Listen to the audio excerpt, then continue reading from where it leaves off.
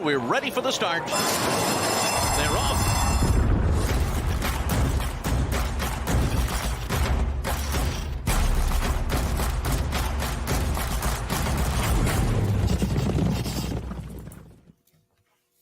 And hello, everybody. Welcome to It's Official, our weekly banner show with First Bet and Express Bet, where Jeff Siegel and I, Jeremy Plonk, take you through 5 hot topics last week. And Jeff, things got hot on the racetrack, in the steward's room, and the rulings. We got a lot to talk about this week, unpacking the sunny Leone ride in the Lucas Classic on top of a bevy of Breeders' Cup preps from sea to shining sea, across the sea into France on ARC weekend. Just a lot to go over this week.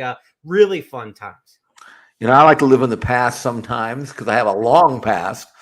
And watching that ride in the Lucas Classic with a Derby-winning jockey brought back memories of Manny Ikaza back in my day in the early 60s when things were a little rougher back then than they are now. But it was weird to see that play out, and we'll talk about not only what happened here with a jockey, but then one in France as well. Right.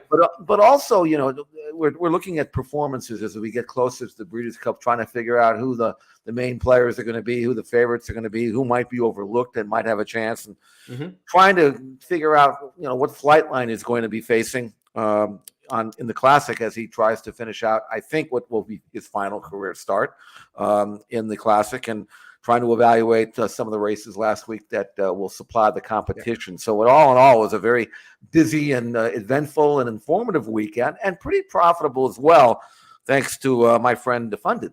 We'll talk about him as well. Defunded came through for you quite nicely. Let's go to the 5 topics this week that kick off with what you hinted at. It's Flightline and maybe everybody else in the Classic division. The gap widens. We had 3 preps last weekend in the Classic division, 1 in California, 1 in Kentucky, and 1 in New York. We were hoping to see somebody who could warm up Flightline. Did we? Well, let's start with Life is Good in the Woodward. Challenged here on the outside by Law Professor. Life is Good now getting away again. Life is Good is in front by 2. Law Professor made a run at him, is now 2 lengths behind. Life is Good the leader with a 16th to the finish, and Life is Good is going to win this Woodward. Life is Good by a length and a half at the end. Life is Good and a Rod Ortiz Jr. Law Professor was second, and a big break back to Keep Me in Mind in third. The final time was 1 minute 49 and 2/5 seconds. Life is Good. Selves just a little bit of an anxious moment at the top of the stretch for Life is Good, where Law Professor came up to him. He did shrug him away. He did run the final 3 furlongs in a very good 36.50. That's the good news. The bad news is he should have won this race easier, right? Well, he got the kind of trip we all thought he was going to get, which is to say he's going to make the lead. They're going to go slow. No one's going to pressure him. He's never going to have to take a deep breath, and he's going to go about his business and win by several lengths. Everything happened except for the last part. He didn't win by several lengths. He did come home well, but when you're going on the lead without being pressured at all in 24-2 and 48-3 and 113 flat, even on and off track, you figured you're going to finish out pretty good, and he was kind of fully extended. The buyer number came back 97, which is pale in comparison to the 126 that was assigned to Flightline. And this was one of his lowest ratings ever, even though Life is Good is one now 9 out of 11. That's very admirable. He hasn't been particularly fast this year, and he's been doing it with pretty comfortable trips. So I don't know, Jeremy. I see the gap widening as the title infers, whereas Flightline is getting faster and Life is Good is winning, but he didn't get any faster. And he's going to have to get a whole lot faster if he's going to even remotely worry Flightline. And I just don't see it at this stage. Right. I do have a little bit of deja vu from 2 summers ago. Maybe it was 3 now. Time is condensed in these pandemic years. But remember Authentic when he won the Haskell? Yep. Everybody said he was all out, and they said, that's not a Derby horse. He's not a Derby horse. He doesn't touch, Tiz the Bomb or Tiz the Law, I should say. Right. You know, Tiz the Law was all in the bee's knees back then in the division, and Authentic was just outright dismissed, even in victory, for a laboring finish at the end of the Haskell. So it can happen, right? I mean, But is the gap between that horse authentic and 'Tis the Law the difference of what we're talking about against Flightline? We're saying up against Flightline. Now, let's say there's no Flightline. For some reason, Flightline doesn't make the Classic. Yeah. Is Life is Good off of this race a play in the Breeders' Cup, or is he still a toss to you in the Breeders' Cup because he just isn't getting any faster? I wouldn't say he's a toss, but I wouldn't be picking him. I actually would prefer the 3-year-olds if it came down to that. Okay. Yeah. Teba and Epicenter. I think they've caught up, especially at a mile and a quarter. Mm-hmm. And because Life is Good is suspect at a mile and a quarter. Let's not forget, with that easy trip that he just won with, right.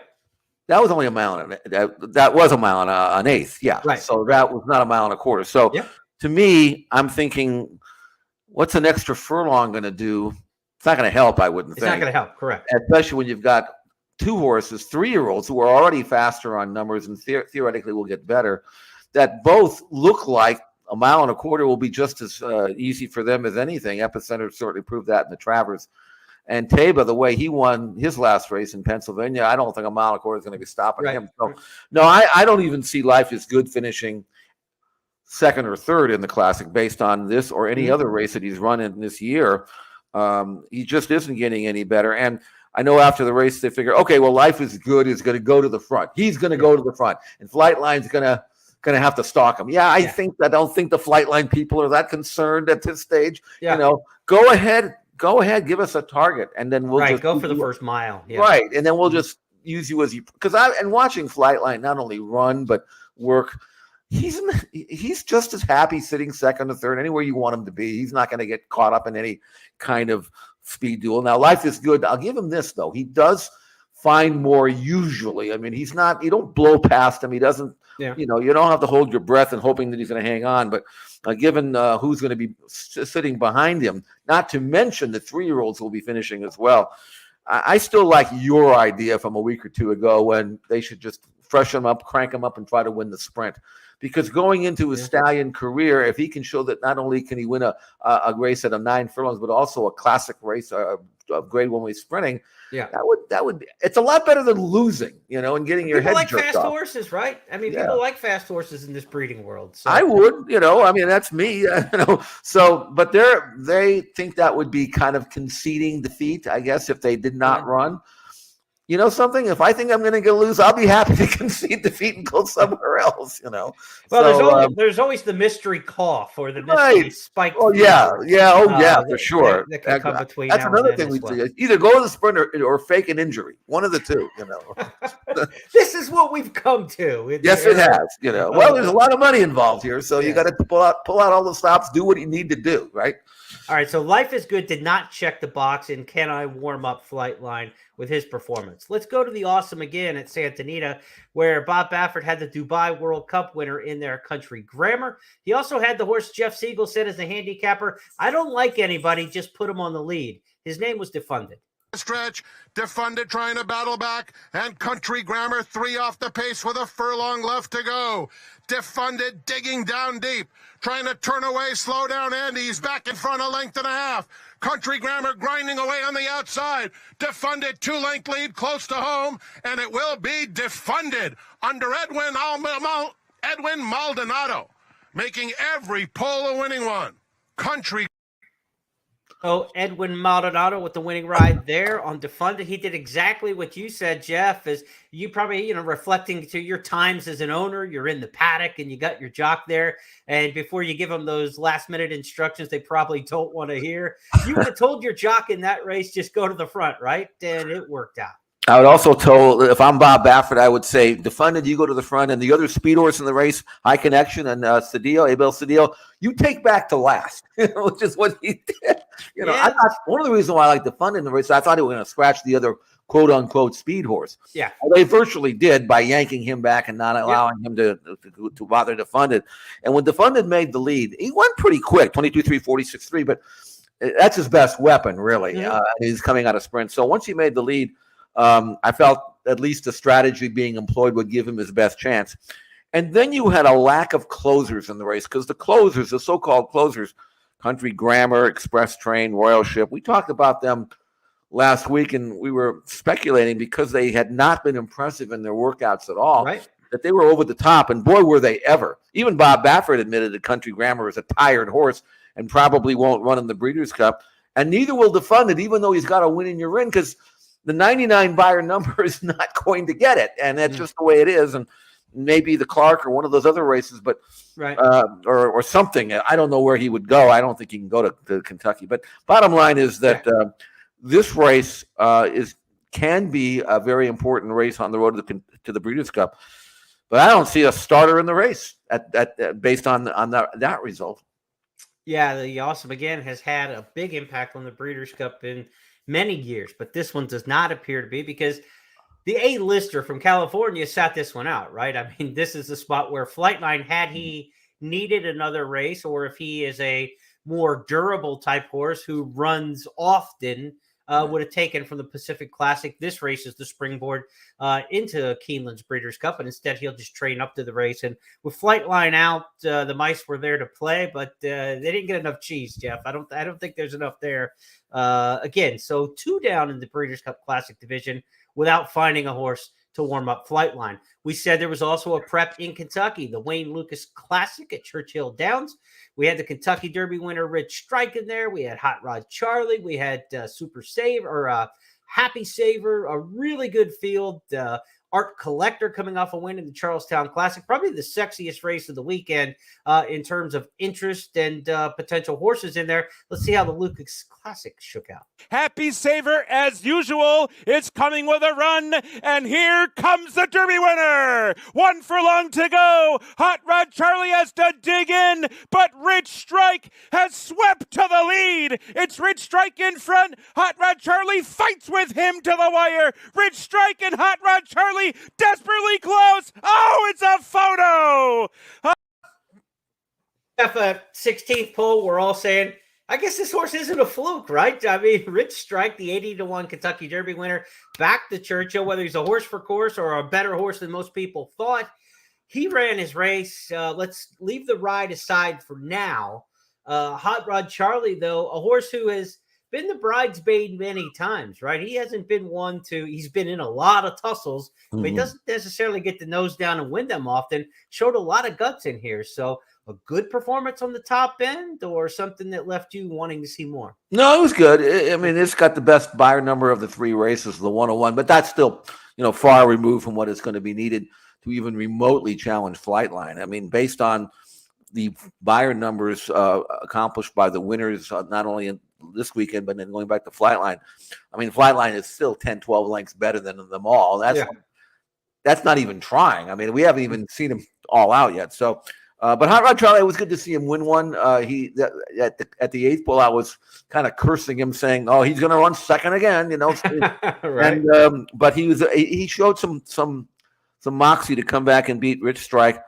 I don't know. I thought Rich Strike might have been a little too close. I'd like for him to try to emulate his Derby race, which was his best, where they let him settle and make one big blast home. And he was kind of being ridden to fairly close up. I don't know if that's the best way to ride him, but he still ran really well. He was 4 clear of everybody else. I was disappointed in Happy Saver and Art Collector. I thought they were coming up to good races. I didn't think they were of the level that maybe they needed to be to worry Flightline, but weren't you thought that maybe they'd run a lot better than they did? Oh, absolutely. And like Travis Stone said in his call, Happy Saver, as he always does, is right there, and you're thinking, okay, he's right there again. Hot Rod Charlie, they always run the race. I was surprised to see Art Collector give it up the way he did. It might be the best result, though, for the Breeders' Cup, as it turns out, because Happy Saver, Art Collector, now maybe cut back to the mile and make that a better race. They're not going on to the Classic for sure. Right. Maybe they head for the Clark Handicap or something like that Thanksgiving weekend at Churchill in the return. But Art Collector, I would think, is now a Breeders' Cup dirt mile horse, for sure. That's good for that race. And for the Classic, this is probably the best result you could have, because you want the Derby winner in the Classic and you want him to belong there. He at least showed he belonged in a field of 6, 8, 10, 12 for the Breeders' Cup Classic at 1.25 miles. Like you said, take him back at 1.25 miles. Maybe they'll be more patient at 1 1/8 miles in the Lucas Classic. Maybe they thought they had to be a little closer, but the 1.25 miles might give them the confidence to just drop back and try that run again, having the extra ground. And then the winner, of course, Hot Rod Charlie's horse, who's probably, come rain or snow or shine, is going to end up in the Breeders' Cup Classic in the big races. But it's good to see him hold his form, right, and take good form as the top of maybe the top of the older horse division, other than Flightline. So I think it was a good result for the Breeders' Cup Classic and a good result for the Breeders' Cup Dirt Mile. I think that they'll probably get the right horses in the right spots based on the results here of the Lucas Classic. You mentioned the ride on the runner-up in here, the Derby winner, Rich Strike. That becomes our second topic. Sonny Leone, or is it Sonny Corleone, the Godfather, Jeff?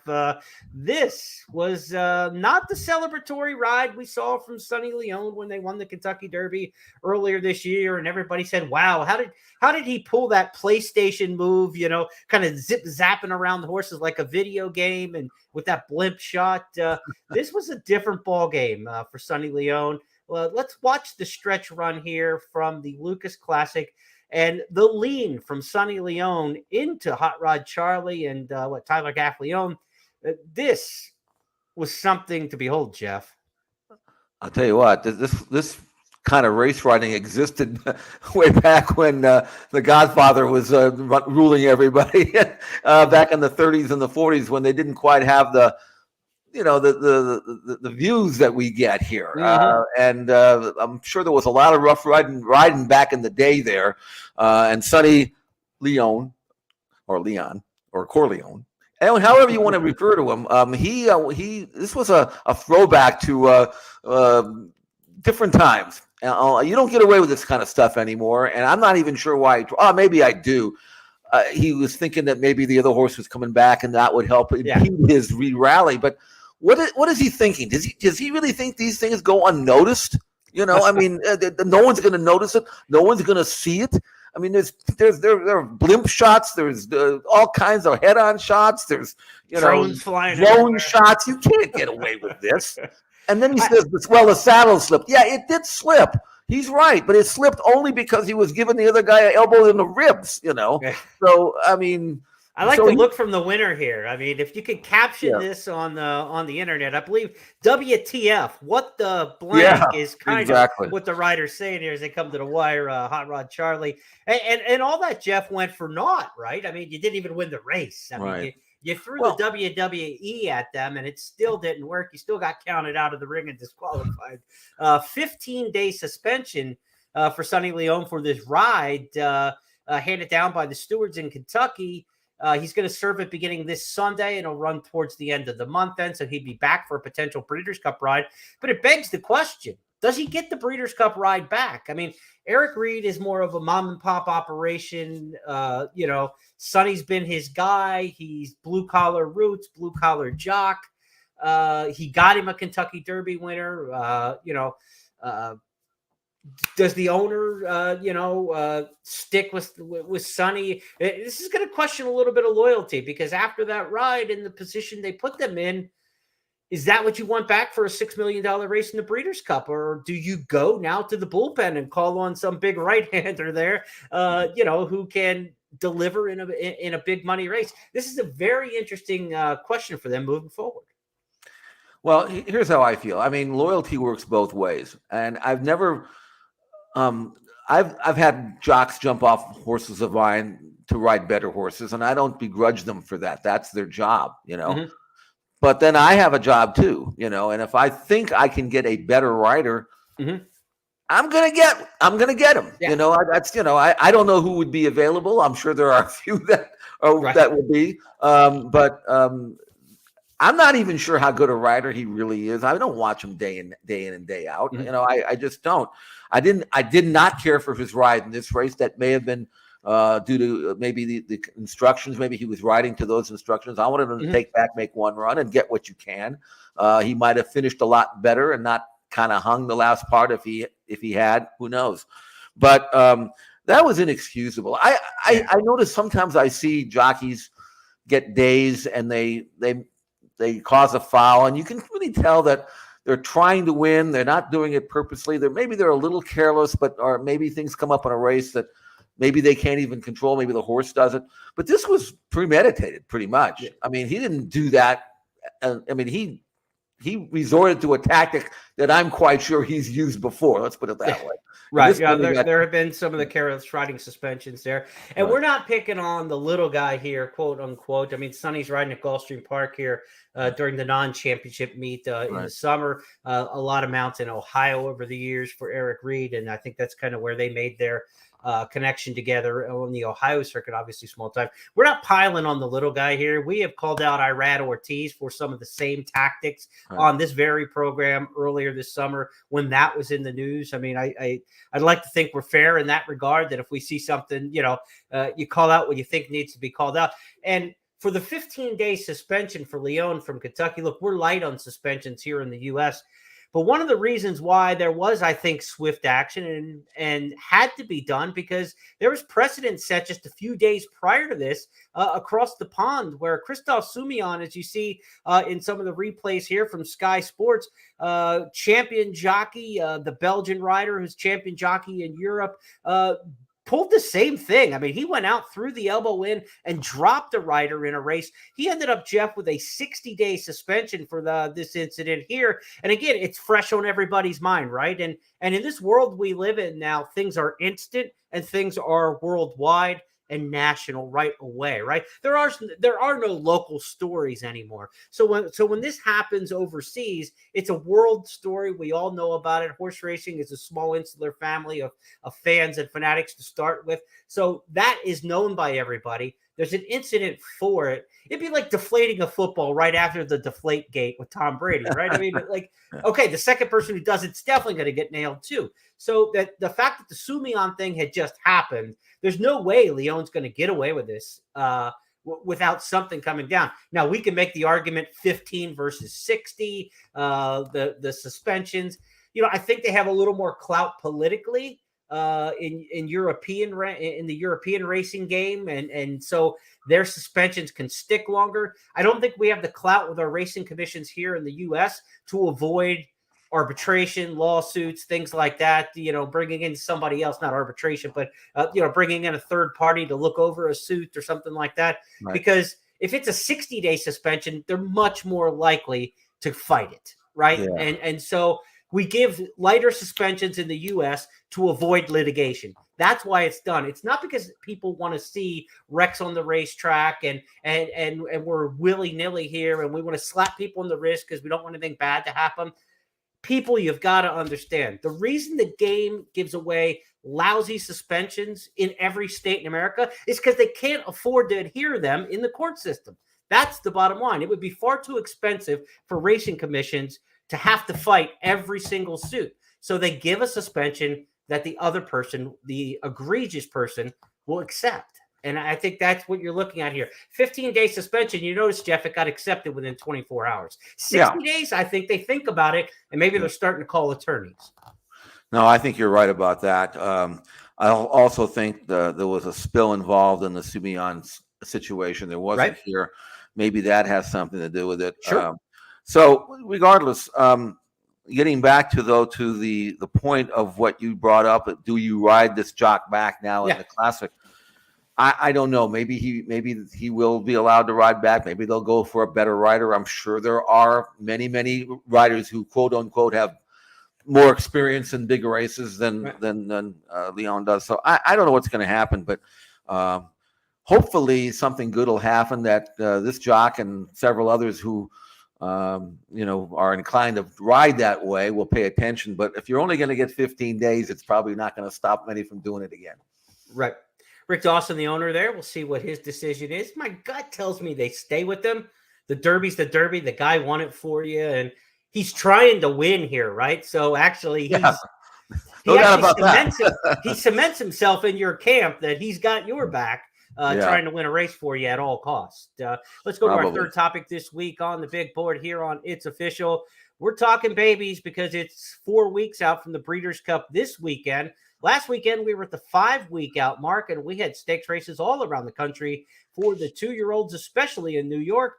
We're in the Champagne Stakes. We saw Blazing Sevens come from off the page. In front here by a length and a half. Gulfport on the outside, verifying down towards the rail. 3/4 in 1:11.4. Andiamo a Firenze challenged on the inside by verifying, on the outside by Gulfport. And here comes Blazing Sevens out in the middle of the track as they come down for the 16th pole. Here is Blazing Sevens, verifying is there, and Gulfport. But is Blazing Sevens to pull off the upset in the Grade 1 Champagne. Blazing Sevens by 3 lengths. Verifying was second, and Gulfport finished third. The time for the mile was 1 minute, 37 seconds. Siegel Champagne Stakes, a muddy track, a lot to unpack in terms of trust of the result here. It was a slow come home, 25-21 for the fourth quarter of the 1/3 mile Champagne. Obviously a tiring track there at Aqueduct, but if you don't trust what you saw with your eyes and you don't trust the final clocking, you look at the results here, and it's Chad Brown, Brad Cox, Steve Asmussen running 1, 2, 3 in a 2-year-old Grade 1. I mean, that's tough. Well, Blazing Sevens, by good magic, he's supposed to get better with distance and maturity based on pedigree. He wasn't terribly impressive at Saratoga, but he won here. Now the question is he getting better, or did this race kind of make him look better than he really is? The off track, especially in New York, will do that. I've seen so many. I can't tell you how many times I've been fooled by trying to accept wet track form in New York, and only to come back and flop badly the next time on fast ground. And I'm not sure what we're dealing with here. I think we're really going to have to watch Blazing Sevens work to see how he gets over fast ground, and if in fact we think that he's going to be just as good on fast and he isn't wet. Or sometimes these plotting horses, they don't train well in the dirt. They win a race. They think they're better, and they're not. They just win. I don't know where we're at here. I can tell you this, though, that I haven't been overwhelmed with the 2-year-olds in New York so far this year. And they're in great hands. They're beautifully bred. They act like they'll run long, but I just don't know how good they are. Usually we have standouts entering the Breeders' Cup one way or the other. They don't always win, but we can latch on to a favorite. I'm not sure we can do that in either division right now, so far anyway. And we'll see what happens at Keeneland. Hopefully something will pop up there. But right now, I'm a little bit confused. Yeah, the 2-year-old Colts have 2-turn races this Saturday at Keeneland, as Jeff just mentioned, with the Breeders' Maturity, and out in his backyard at Santa Anita with the American Pharaoh going a mile and 16th on the main. Maybe those 2 races will give us a lot more look. The result of the Champagne did flatter the hopeful winner, Forte. Horses who ran second and third behind him came back and ran first and third here in the Champagne. So maybe Forte, not involved in this one, at least got a little resume boost. And we'll see where he may show up coming out of the 7 furlong hopeful. Now, another one over the slop in New York for the 2-year-olds on Sunday was the Frizette Stakes. This is that all-important prep for the Breeders' Cup Juvenile Fillies. I mentioned this on our handicapping show on Friday. Of all the Breeders' Cup divisions, 14 strong, one prep race has shined brighter than any of them in producing winners. It's the Frizette. More horses have come out of the Frizette to win a Breeders' Cup race than any other prep race. Of course, they've all gone on to win the Breeders' Cup Juvenile. Will we have that again this year? We thought we had a really star contender going into this one, Jeff. Let's see how it turned out in the slop on Sunday. Girl, 3/4 of a length. Vida Rio is in second. The Great Maybe being asked for more on the outside in third. Chocolate Gelato now splitting horses and moving up. Leave No Traces down at the rail. An American Rocket as they come for the head of the stretch. It's You're My Girl and Chocolate Gelato. Chocolate Gelato has now taken the lead. You're My Girl is back running in second. Leave No Trace looking to get off the inside. Has now moved out with 1/8 of a mile to the finish. It is Chocolate Gelato in front. You're My Girl in second. Then Leave No Trace. An American Rocket. The leader is Chocolate Gelato. You're My Girl trying to come back again on the inside as they come for the finish. It is Chocolate Gelato to win the Frizette by 3/4 of a length. She made her decisive move. Jeff, we thought Chocolate Gelato could be a future star going into this race. We talked about her in our handicapping show on Friday, the First Call podcast. She won. She got the candy. She won over what looked like Chocolate Gelato, the racetrack. But she wasn't as impressive as I was hoping she would be. You? I agree. I mean, look, she won the race. She's a Grade 1 winner. They're thrilled, I'm sure. She didn't quite step forward as much as I thought she would, but I like the way she took the mud in her face. She settled nicely. She didn't pull. She made a run. Actually, at the top of the stretch, I thought she was going to win by 5 or 6, and it turned out she won by a length. She didn't come home all that great, and the 83 bar number is solid. It's not fantastic. Then the other issue I have is that, okay, she's by practical joke. Does she have to improve 2-turning? Not necessarily. No. I mean, 1-turn mile might be what she really wants. We've seen it, saw it with the sires. A lot of the sires get similar to which is to say they look like they want to run long. They don't always do. Yeah. So I'm not really sure what we do. The one thing I'll say about chocolate gelato is usually at this time of the year, we've got a Baffert 1 or 2 or 5 of them that are great. I don't think his 2-year-old fillies are that great either. So right now, I have not seen anything remotely as good as, like, for example, Echo Zulu was going. Right. So it's still kind of wide open. But again, we've got Keeneland coming up, and out here at Santa Anita, we've got a couple of very important preps for the 2-year-old fillies, and we'll see what emerges from those races. But right now, I will say one thing about chocolate gelato, though.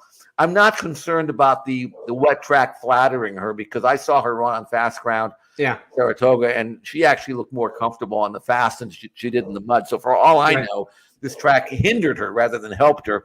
And again, another filly that we'll try to watch breeze between now and Breeders' Cup Day and see if we can get a little bit better feel as to where she's at. Yeah, she's trained by Todd Pletcher, who had a really nice Sunday winning the Pilgrim on that same card for the 2-year-olds in the juvenile turf division. He won that one with Major Dude. And, of course, we talked about Forte, the horse Pletcher trains that won the Hopeful Stakes, and his form was flattered over the weekend. So good weekend for the Pletcher 2-year-olds. They'll move forward to the Breeders' Cup in those divisions of the juvenile fillies. And then, of course, we talked about Major Dude winning the Pilgrim. He'll go forward towards the juvenile turf. Jeff mentioned Keeneland, the Alcibiades for the 2-year-old filly division here. Chocolate Gelato's challengers could come from that race on Friday. By the time you watch this podcast late on Tuesday, we'll know the field likely for the Alcibiades. Keeneland draws Tuesday for the opening day Friday card. And then on, I believe it's Saturday at Santa Anita, they're going to run the race for the 2-year-old fillies, Chandelier. So we'll know more about what's going on the West Coast. But right now, the juvenile fillies division, you had Leave No Trace. I believe it's about a $30 winner, winning the spin away at Saratoga. Not a superstar there. Fun and Feisty won the Pocahontas for Kenny McPeak at a 7-1 kind of number. Wasn't overwhelming as well in Kentucky. So the 2-year-old filly division, which often has heavy favorites involved in it many, many years, does not appear to have a songbird or a horse like that at this point. So could be rare on that Breeders' Cup Friday, the Future Stars Friday, to see a wide open edition of the juvenile fillies. Right now, we're still talking about that. Okay, so we've got a couple other 2-year-olds we want to talk about in this Baby Talk segment, Jeff. Speedboat Beach, a horse who was dominant on the dirt in his career debut. He came back and won on the turf in the Speakeasy Stakes to punch his ticket towards the Breeders' Cup Juvenile Turf Sprint. He was fast and impressive on the dirt. Were you as impressed on the turf? Well, he didn't blow anybody away here, but he still ran fast. I don't care if you're running downhill. 55 and a fifth for 5/8 for a 2-year-old is moving. And what I did like about him was that there was another fast horse in the race, Elatic, and he made the lead, and Speedboat Beach didn't quite break that well, but he was able to sit second and show that could be done as opposed to blasting out there and going. And I thought he ran really well. I thought it was strange that his buyer number dropped from like 102 or something all the way down to 81. I don't think he ran 20 points slower in the stake race than he did in the maiden, but that's the way it came up. But I do think that he's a good colt. And it's funny because the Breeders' Cup Juvenile Turf Sprint may be the least, prestigious race on the entire program. But it may be the most contentious. I think the gamblers like it because they're going to get full fields. You're going to get horses that are switching surfaces or coming from overseas or in various degrees of development. It's a really great betting race, I think, and I'm glad they've got it. And we've got Speedboat Beach now, track record holder as a 2-year-old, and we've got others in there that have pretty strong credentials as well. Well, Tyler's Tribe is one of those that we're talking about. This is a horse from Iowa and Prairie Meadows. You may have seen him on social media. Maybe you're up late at night watching the Prairie Meadows nighttime simulcast signal. If you are, good for you. I'm proud of you. But Tyler's Tribe's 5 for 5, Jeff, for trainer Tim Martin. He's had 10,000 starters in his career. He hasn't won a graded stakes yet. A regional trainer in the Midwest, in the central part of the country. But he's got a horse of a lifetime, and that's what this is all about, right? 5 for 5 lifetime. Tyler's Tribe did it again over the weekend in winning the Iowa Cradle. Let's go back and take a look at that win. Second, but well behind Tyler's Tribe as they come to the final quarter mile. Kylie Jordan has not moved a muscle on the big favorite as they arrive at the top of the stretch. So Tyler's Tribe doing it nicely thus far, but Palace Guard running hard, trying to make up some ground, still 5 lengths away.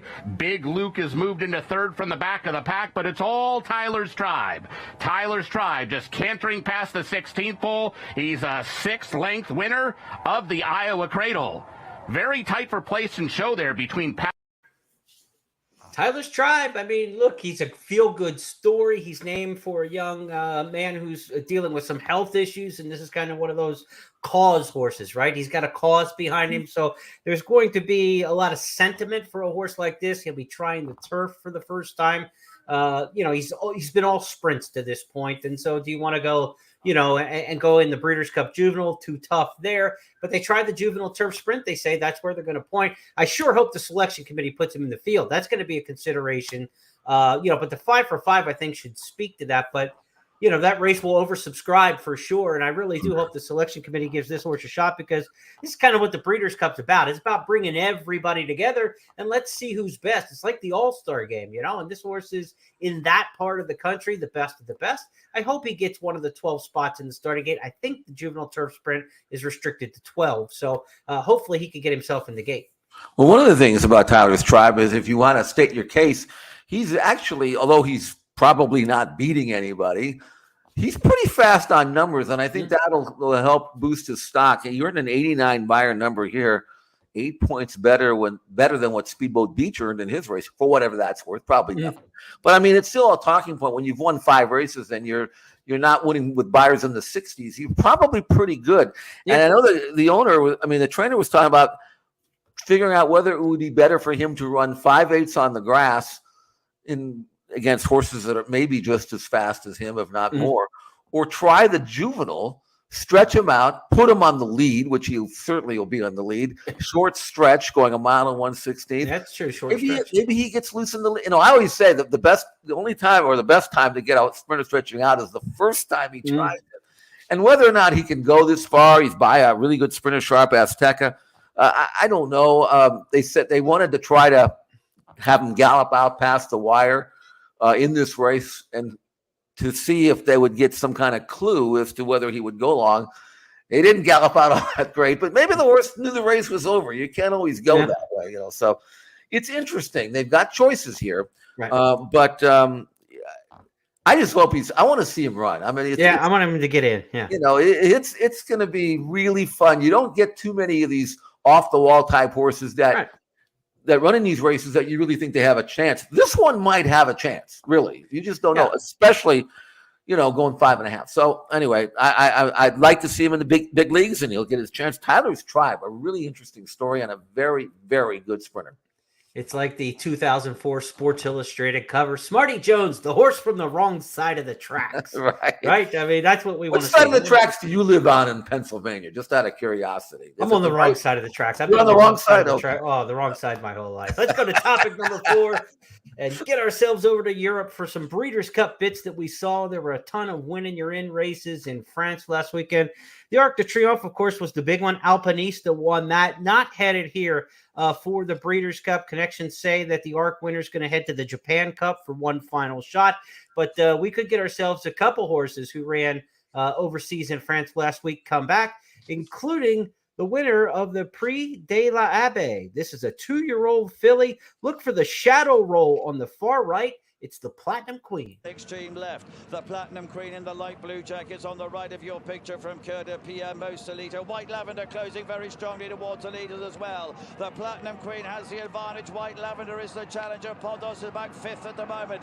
It's the Platinum Queen in the light blue has the advantage. White Lavender and Coeur de Pierre in 2nd and 3rd place is the Platinum Queen. I think she's just done it to White Lavender. And then Coeur de Pierre and Mosolito and Mostaka and Marcel and New York City behind those. Pondos was the first of the trio raced up on the far side, but they eventually were all well beat. Agiato is one of the final ones home. If the Platinum Queen, the significance here is you're talking about a 2-year-old beating older horses and a filly at that. Well, I was just thinking if she comes over and runs in the Breeders' Cup Juvenile Turf and runs against Tyler's Tribe, we'll have a showdown between a winner at Longchamp and a winner at Prairie Meadows. I don't think that's ever happened before. Probably not. Probably not. But here's the thing about the Platinum Queen. Now, yes, she was beating older horses, but they weren't the greatest older horses in the world. She was actually 7-5 favorite, and she was carrying 116 pounds in a field in which most of the others are carrying 137. I don't know how that equates with numbers, but that's a lot of weight to be given away. And she's very quick. She's won 4 out of 7. She galloped out way in front, so she wasn't getting tired, even though it looked like she might. And now, after beating older horses, albeit with an incredibly huge weight advantage, she comes over here and probably will run against 2-year-olds again. And I think she's pretty. I don't care how much weight you're getting. You're going to be pretty tough. It's a pretty tough task to beat older horses, especially when you're talking about the best in Europe and in an 18-horse field. Right. So it wouldn't it be kind of neat to see her come over here and run? That's the plan as we know it. You get a 2-year-old filly this fast, you got to get the money when it's being offered. And this would be a logical place for her to run. Yeah, dropping class from elders back into the 2-year-old ranks, I guess. Wesley Ward might have something to say about it in the Breeders' Cup Juvenile Turf Sprint. The Americans have won that race all 4 years it's been offered to this point, so we'll see if a Euro could break in. If there is one that could do it, though, maybe it's this filly, the Platinum Queen. Now, we're used to seeing the Europeans in the Breeders' Cup Mile division. That's common. Kinross may have punched his ticket to the Breeders' Cup Mile with a win in France last week in the Prix Foray. Behind these, Akibar has got the position on the rails, trying to run on as Tenebrism against the rails has come through. Kinross up on the outside is beginning to throw down a challenge. The Grey and Sheedham between those. Kinross has taken it up to Tenebrism now, and Sheedham behind these. Malabaf comes next. It is down the centre. Kinross and Frankie Dettori leading by a length and a half. Malabaf in the red and white is in pursuit but won't get there. Kinross, 4th last year, this year won in good style. Second home is Malavath, beaten a couple of. Jeff, the demise of Frankie Dettori has been greatly exaggerated. He said, don't write me off just yet. Frankie might be back with another Breeders' Cup hopeful there in Kinross. They say they are coming over and are bullish on running in the Breeders' Cup. So the Breeders' Cup Mile, a race that's really one of those evenly matched races historically over the years. The Americans have had success. The Europeans have had success. We've seen some crazy results in that race. We've seen some superstars in that race over the years. The mile is one of those great mixed bags, intersectional kind of races. Kinross, your thoughts coming here perhaps for that? He's a good horse, very solid, 20 starts, 7 wins. He's now won, though, 3 in a row, 2 Group 2s, and then this one didn't style. Now, he does like soft ground, and weather in Kentucky, in Lexington, that time of the year is volatile. You never know what you get. If it does come up kind of wet, then it certainly will promote his chances. I think he's a good horse. I don't think he's as good as Modern Games, but I think he's certainly good enough to, make his presence felt. And again, if it comes up a little wet, a little soft, then his chances are promoted. I certainly think he belongs. I'm not overly impressed at all with the American group that will represent the U.S. in this race. So I could see Kinross running very well. And that's the main reason why he's going to be here. Yeah, we don't have the Wise Dans in our 2-year-old or World Appeal or a horse like that this year in the U.S. Turf Mile division. So the Europeans probably are going to play a pretty strong hand. One thing we know about the Keeneland turf conditions in the fall, Jeff, it's like Halley's Comet to see a firm condition listed. Right. They start it good and then go down from there. It won't be firm. But again, it just depends on how much moisture they get there during the month of October and then into Breeders' Cup the opening week of November. Okay, so let's do our final topic here on the show. We've talked a lot of 2-year-olds already, but one more in the 2-year-old ranks. The Stars of Tomorrow is where we try to look ahead to some juveniles that could have a big future. We saw a nice one named Atomically win by 7 lengths at Gulfstream Park in the finale for the fillies in the Florida Sire Stakes Series.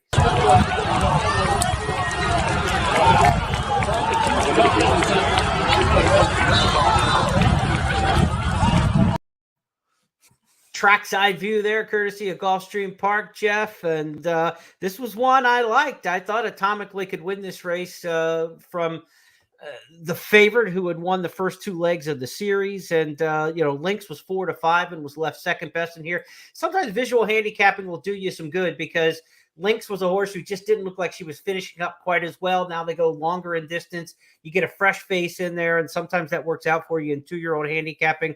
For Atomically, this is a daughter of Gervin, and what a first crop of 2-year-olds for Gervin as a sire. Damon's Mound, the winner of the Saratoga Special, the Astoria winner, Devious Dame, and now this one. 3 big 2-year-old stakes winners from Gervin, the Louisiana Derby winner, is off to a nice run at stud. Yeah, for sure. Good start there for Gervin. As for the winner here, Atomically, now she was beaten in her debut, came back and won her next start, a maiden race by 7, and then used that as a springboard to this race. And what you couldn't really tell from that video was the margins between the first 4 finishers. And this is what you like to see: 6 3/4, 4 1/4, 6 3/4. So they were all spread out down the track. Yeah. And it didn't certainly look to me like Atomically was getting tired. And the buyer number of 77 was very legit for this time of the year for a 2-year-old filly over a distance to ground. She ran 7 ticks faster than the Colts did on the same day, went off slower and finished out much, much faster. And she did it from mid-pack. It wasn't like she made an easy lead and was left alone. And because how many times you see winners like that outrun themselves because they get that lone F trip. And this one, she sat off the pace, made this huge, what I thought might have been a little bit of a premature movement in the turn, but she was just breezing to the lead and then coasted home. So that's a very good filly. Again, Florida bred, so you don't know who she's beating, but I just wonder how ambitious they're going to get here because this filly looks to me like she's already proven herself around 2 turns, which is half the battle with 2-year-olds. And I think she's got a chance to make a lot of money wherever they run her. But good filly, Atomically, just with 3 starts, and a daughter of Gervin, as you mentioned. So she certainly is bred to handle a distance of ground. Yeah, Jose Pinchin, the trainer, and connections have a decision to make. Maybe you try to bite the big apple in this year's Breeders' Cup Juvenile Fillies, because as we talked earlier in the program, that division doesn't have any stars standing out now. Chocolate Gelato looked okay, but not quite as impressive as we wanted to see in taking the Frazette. We'll see. You watch the Alcibiades on Friday, you watch the Chandelier on Saturday, and then maybe you decide if you want to fork over some cash and try to go for the Breeders' Cup with a horse like Atomically. Let's review our 5 topics this week. The gap wide flight line. After we reviewed 3 big preps in the Classic Division over the weekend, nobody caught our eye to warm up flight line to this point. Sonny Leone got 15 days in the jockey slammer, if you will, for his ride on Rich Strike. Jeff and I talked about that and the fallout and impact of it. A lot of good 2-year-olds around the country, but very few superstar 2-year-olds as we talked about our baby talk, our Breeders' Cup bits from Europe. We won't get the ARC winner over this year, but a couple horses from Europe are aiming this way after a big weekend in France. And our stars of tomorrow from the Florida Sire Series, it was Atomically at Gulfstream Park. Jeff, that's going to wrap things up. We've got a busy weekend of preps. Tell the fans what they can find for you with your Santa Anita analysis this week. Full card analysis, wagering strategies, workout reports, workout links, which means you can read about the works, you can read about the grades and the fractions, but you can also watch them, judge it for yourself. So we'll be doing that this weekend, as always, at Santa Anita. All right, so for Jeff and myself and everybody around First Technologies, that's going to wrap up this edition of It's Official. We'll be back with you on Friday on the First Call podcast when we handicapped 8 weekend stakes races, including a big one at the Great Race Place and opening weekend at Keeneland. We'll talk to you next time, everybody.